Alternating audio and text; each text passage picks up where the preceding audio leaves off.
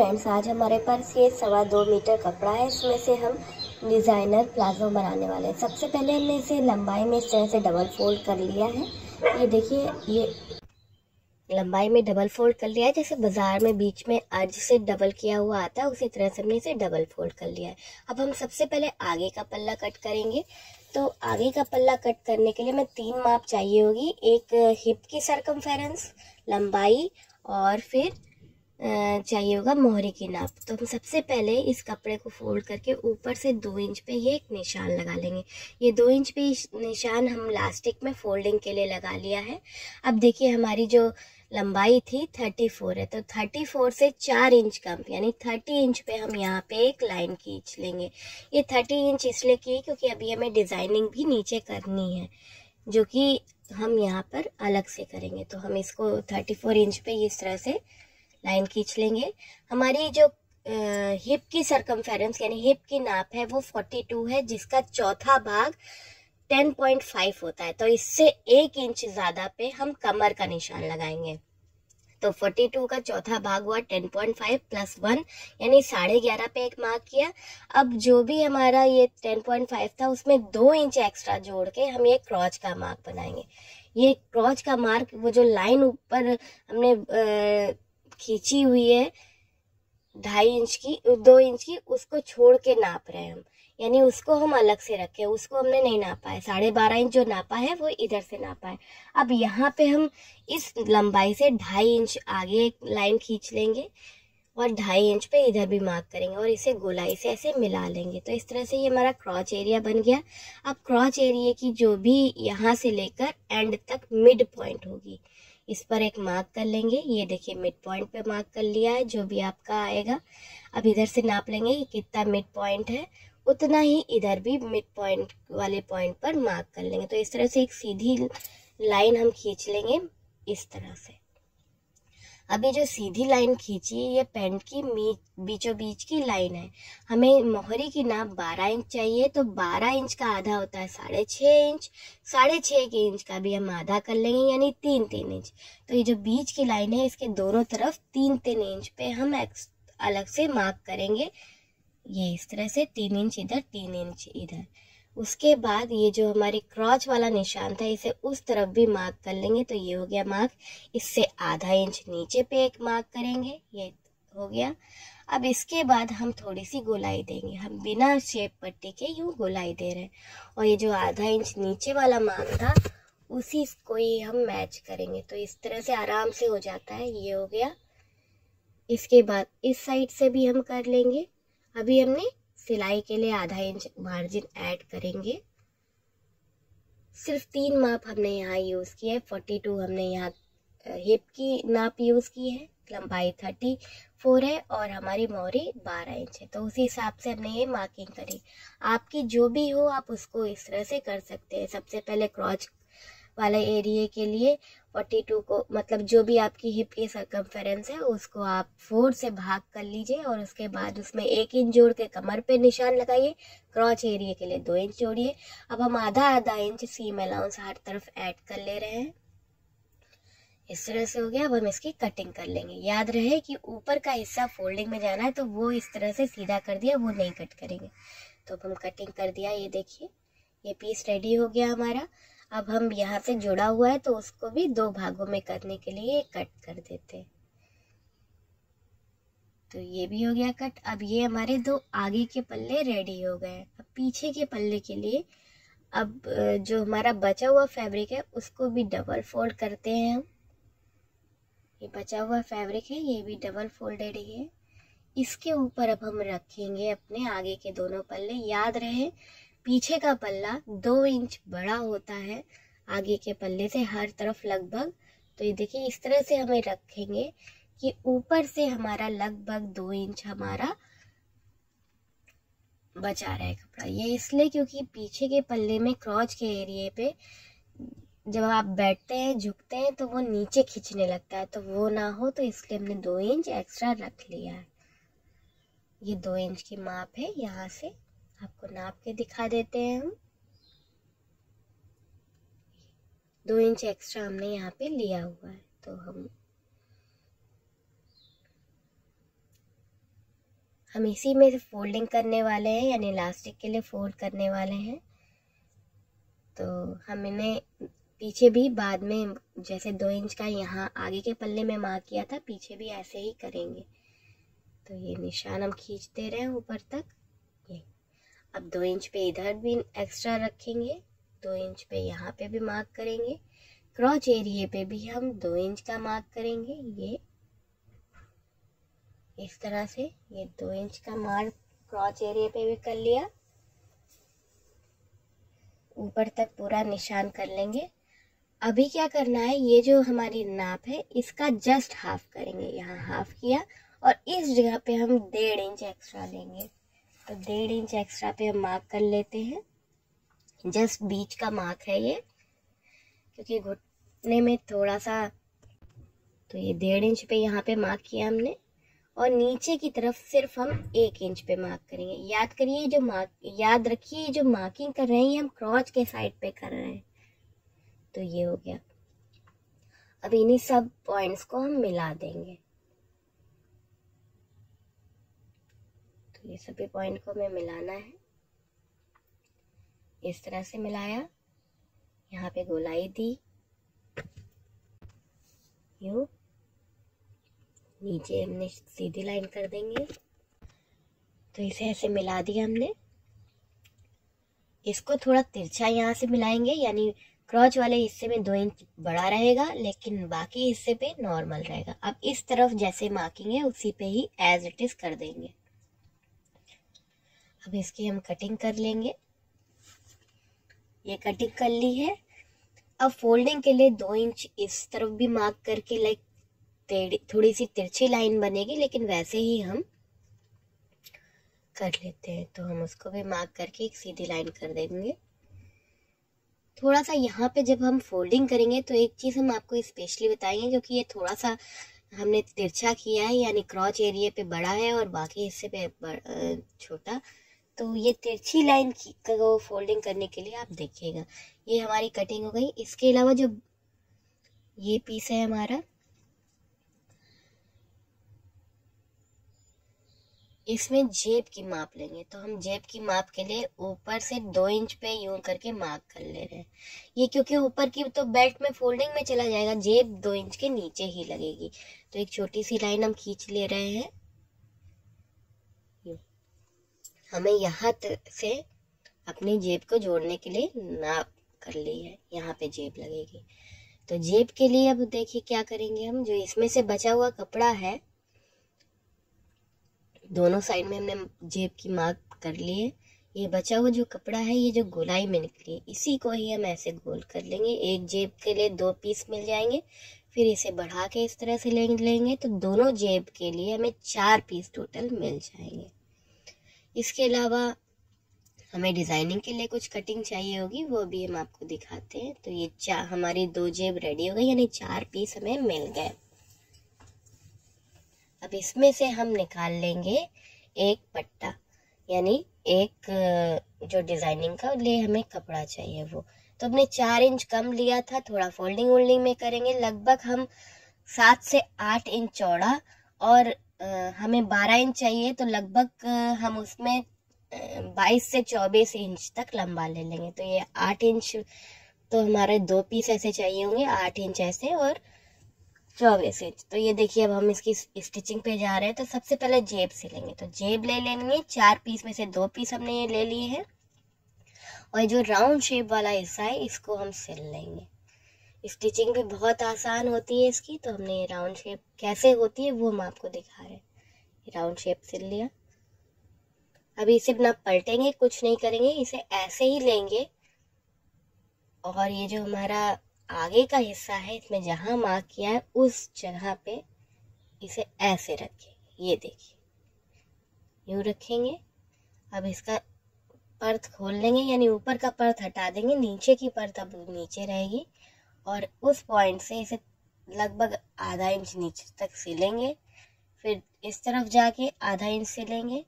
फिर घुमा के, जब भी हम घुमाते हैं तो हम सुई को अंदर करके ही घुमाते हैं, यानी कपड़े के अंदर। यहाँ से नीचे 6 इंच पे एक मार्क कर लेंगे। 6 इंच पे मार्क कर लिया है। अब 6 इंच तक हम सीधी सीधी नीचे जाएंगे, ये फिर घुमाएंगे सुई को अंदर रखते हुए और आधा इंच इस तरह से सिलेंगे। तो ये हमारा एक बॉक्स जैसा छोटा बन गया है।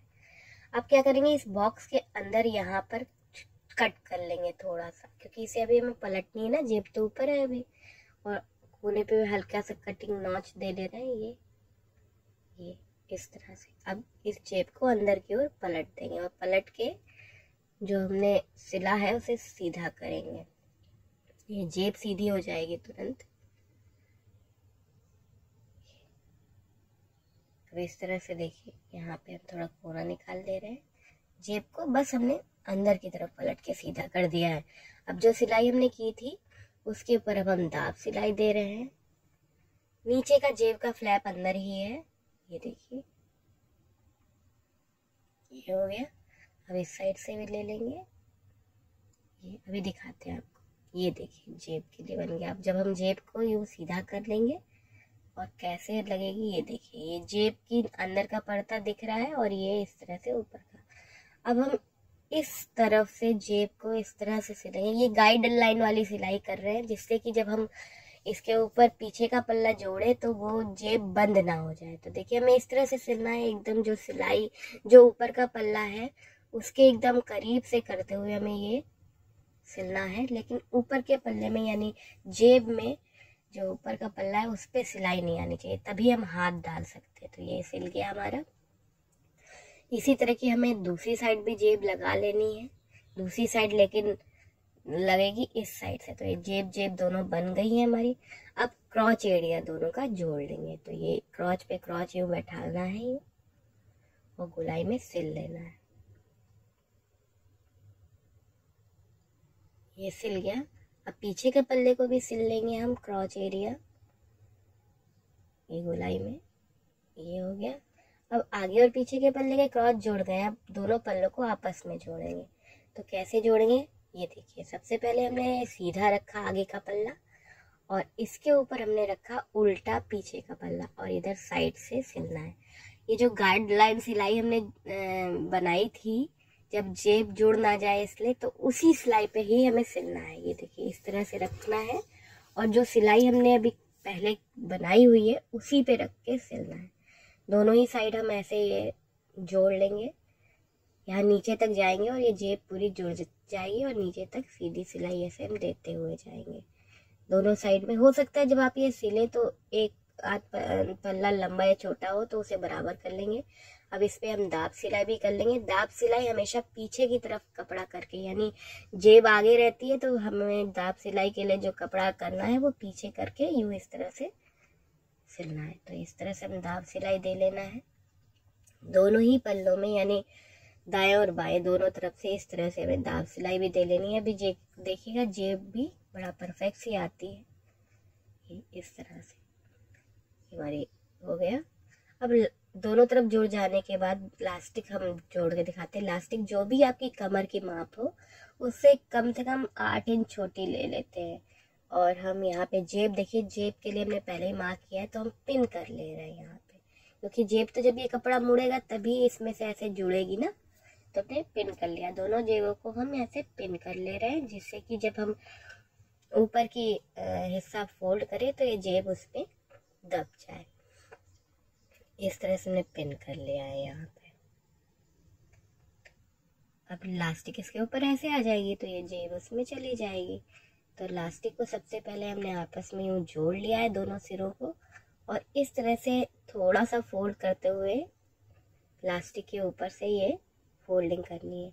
याद रहे हमें जो सिलाई करनी है वो अब लास्टिक पे नहीं करनी है, सिर्फ कपड़े पे आनी चाहिए। तो एकदम ऐसे करके सिलना है। ये देखिए ये जेब आई है, देखिए आपको पिन दिख रहा होगा, इसके ऊपर से ऐसे सिलना है तो ये पूरा जेब पूरी ऊपर भी जुड़ जाएगी। ये देखिए कोई भी लास्टिक पे हमें नहीं सिलाई करनी है। ये ऐसे हो गया। अब पीछे क्या है, हमारा थोड़ा सा कपड़ा तिरछा है ना, तो वो हम आपको दिखाना चाहते हैं। ये देखिए इस तरह से ये क्या करेंगे, तो देखिए पीछे के पल्ले पे आते ही हम जैसे सिल रहे थे वैसे सिलेंगे, लेकिन बीचों बीच में जहाँ क्रॉच का एरिया होता है यहाँ पर एक छोटी सी प्लेट दे लेंगे, यानी एक कपड़े को थोड़ा सा मोड़ लेंगे। ये देखिए इस तरह से फोल्ड किया और फिर सिलेंगे। इससे क्या होगा कि जो झोल थोड़ा सा ज़्यादा थे कपड़ा ये, तो वो झोल खत्म होगा। बाकी फिर वैसे ही हम सिलते जाएंगे जैसे सिल रहे हैं। अब इलास्टिक खत्म हो जाएगी तो खींच के से आगे कर लेंगे, क्योंकि कपड़ा तो बड़ा है, इलास्टिक छोटी है, तो इसीलिए हम अभी इलास्टिक में नहीं सिले थे। तो ये सब तरफ सिलने के बाद ऐसा रेडी हो गया। अब इसमें क्या है, 2 सिलाई हम और करेंगे। तो देखिए दोनों तरफ से कपड़े को खींचना है इस तरह से, और इलास्टिक के ऊपर हम यहाँ पे जैसे ये देखिए ये सिलाई बन रही है, 2 सिलाई हम ऐसे देंगे दोनों तरफ से खींचते हुए। अगर आपको वीडियो की स्पीड ज़्यादा लग रही हो तो आप वीडियो के ऊपर 3 बटन एक लाइन में होते हैं, 3 डॉट्स, उनको क्लिक करके वीडियो की स्पीड आप बना सकते हैं। अब हम डिज़ाइनिंग पे आते हैं। तो जो हमने 8 इंच बाई 22 इंच का कपड़ा लिया था, उसमें हम पिन टक स्टाइल बनाएंगे। तो ये देखिए हल्का हल्का मोड़ के इस तरह से सीधी लाइनें बनाएंगे। ये मोड़ा, एक पिन टक बन गया। इसी तरह पूरे कपड़े पे 1-1 इंच की दूरी पर हम ये पिन टक करेंगे, यानी 1-1 इंच की दूरी पर ये कपड़े को इस तरह से फोल्ड करके हम सिलते जाएंगे। ये आप कम ज़्यादा अपने हिसाब से कर सकती है कि अगर आपको बड़ी मतलब दूरी ज़्यादा चाहिए तो 1.5 इंच करिए। इस तरह से पूरे में पिन टक कर लेना है। इसके बाद हमने एक पट्टी ली है 1.5 इंच की, और ये भी लगभग हमारी जो माप चाहिए उसके हिसाब से। तो इस तरह देखिए चौकोर चौकोर छोटे टुकड़े भी लिए हैं। इसे कैसे फोल्ड करना है वो देखिए। इस पे देखिए पट्टी सीधी पे उल्टा ये डिजाइन रखना है, ये सिला। अब एक बार फिर देखिए ऐसे फोल्ड करना है, फिर ऐसे और ऐसे, देखिए ऐसे और ऐसे। तो ये फ्लावर जैसा हो रहा है, इसे उल्टा रखना है पट्टी के ऊपर।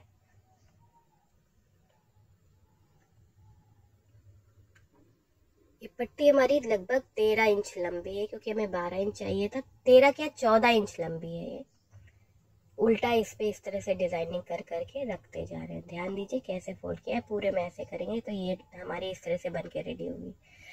अब जो पिनटक वाला कपड़ा था इसके ऊपर इसको उल्टा रखेंगे। उल्टा पिनटक का कपड़ा है और ये भी हमारी उल्टी पट्टी रखी है। पिनटक का कपड़ा उल्टा है, याद रखिएगा। और पट्टी आप देख ही रहे कैसे रखी है, उसके ऊपर सिल गया ये। अब हम इसे आगे की तरफ पलटने से पहले जो कोने कोने जैसे निकले हैं इनको हम कट कर लेंगे। ये हो गया। अब इन्हें आगे की तरफ पलट लेंगे, यानी अब सीधी तरफ आ जाएगा। और यहाँ हम दाब सिलाई दे लेंगे। ये हो गई हमारी दाब सिलाई। इस तरह पूरे में दाब सिलाई दे लेंगे। ये जो हमारा नीचे की तरफ लटकन जैसी है, ये थोड़े फ्लावर जैसे लुक देता है, बहुत ही खूबसूरत सा। अब यहाँ पे भी हम थोड़ा सा कपड़ा फोल्ड करते हुए डबल फोल्ड कर देंगे, जिससे कि ये भी सिक्योर हो जाएगी एंड ये इस तरह से। पिनटक का जो कपड़े पे बनाया है वो थोड़ा सा ज़्यादा हो सकता है, तो उसे कट करके बराबर कर लेंगे। अब यहाँ पैचे पे नीचे की तरफ इस कपड़े को एज इट इज़ ये सिल लेंगे, और यहाँ भी हम देंगे दाब सिलाई बाद में। तो हम सिल लेते हैं। ये सिर्फ आपको 2 बाई 2 के चौकोर टुकड़े लेने हैं, उसको बीचों बीच से डायगोनल फोल्ड करना है और उसे 2 बार और फोल्ड करना है, तो ये नीचे की डिज़ाइन बन जाएगी। आपको बताना भूल गए थी, जो नीचे डिज़ाइनिंग का कपड़ा है ये 2 बाई 2 इंच का था। तो इस तरह से हो गया। अब हम यहाँ दाब सिलाई भी दे ले रहे हैं। ये हो गया इस तरह से। अब यहाँ पर साइड से बीचों बीच की सिलाई करेंगे। तो ये बीचों बीच की सिलाई कर रहे हैं। ये देखिए हमने पैचे से स्टार्ट किया, लॉक किया, एक पैचे से सिलते हुए यूं गए, ऐसे सिलते हुए जाएंगे, क्रॉच एरिया पड़ेगा। ये क्रॉच एरिया पे क्रॉच एरिया आना चाहिए, उसे सिला और दूसरे एंड से हम ख़त्म कर देंगे। यानी ये बीच की सिलाई भी हो गई। इसके बाद हमारा ये प्लाजो पैंट रेडी हो जाएगा। तो आपको फाइनल दिखाते हैं इसका लुक कैसा लगेगा। ये देखिए सिल गया, लॉक कर दिया। ये है फाइनल लुक। आई होप आपको ये ट्यूटोरियल अच्छा लगा। अगर आपको वीडियो अच्छा लगा तो इसे लाइक और शेयर कीजिएगा, और चैनल पर नए तो सब्सक्राइब बटन दबा के बेल आइकन दबाइए। Thank you.